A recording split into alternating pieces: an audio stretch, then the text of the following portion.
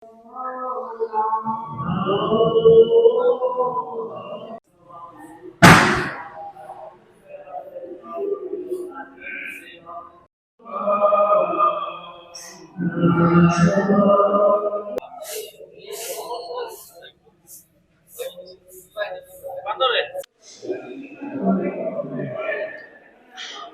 পৰ্বৰে আৰম্ভ হোৱা দৌল উৎসৱৰ আজি মহাপূজা।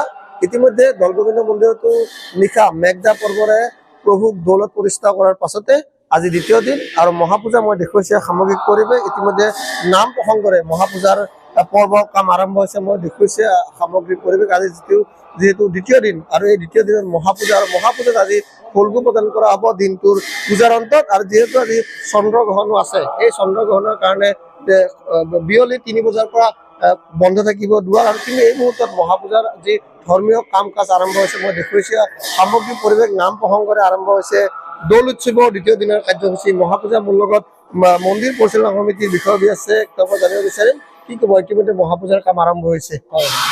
আমাৰ যোৱাকালিৰ পৰা আমাৰ অনুষ্ঠান আৰম্ভ হৈছে। যোৱাকালি মেঘদা পৰ্বৰে আমাৰ দৌল উৎসৱৰ শুভাৰম্ভ হৈছে।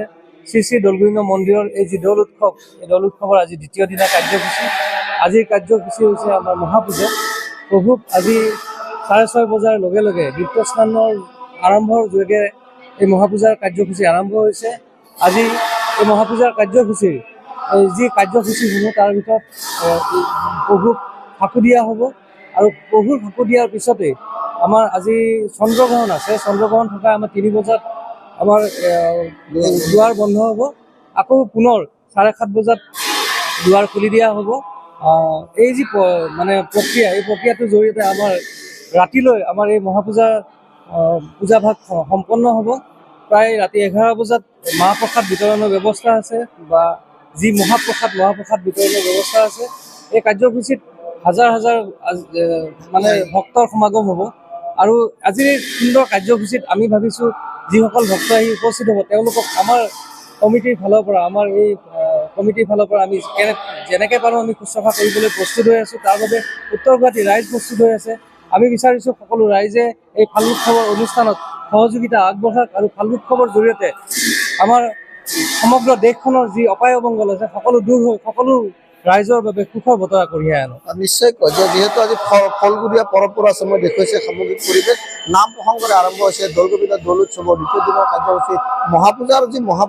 দৌলগোবিন্দ মন্দিৰৰ পৰম্পৰাগতভাৱে ফলগু প্ৰদান কৰা হয় আৰু দুবাৰকৈ আজিৰ দিনটোত যিহেতু মহাপূজা আৰু মহাপূজাত দুবাৰকৈ প্ৰভুক ফলগু প্ৰদান কৰা আৰু দুবাৰকৈ ফলগু প্ৰদান কৰাৰ পাছতে ভক্তসকলে তেওঁলোকে ফলগু লয় আৰু তাৰপিছত সকলোৱে ইয়াৰ যি ধৰ্মীয় পৰম্পৰাগত মাহ প্ৰসাদৰ ব্যৱস্থা আছে কৰা যায়। কিন্তু এই মুহূৰ্তত ক'ব লাগে যে পুৱাৰে পৰা দৌলগোবিন্দ মন্দিৰৰ যি দৌল উৎসৱৰ মহাপূজাৰ কাম আৰম্ভ হৈছে আৰু এনেদৰে দেখা গৈছে সমগ্ৰ ৰাজ্যৰ লগতে ভক্তসকল বিভিন্ন প্ৰান্তৰ পৰা দৌলগোবিন্দ মন্দিৰত মহাপূজালৈ আহিবলৈ আৰম্ভ কৰিছে।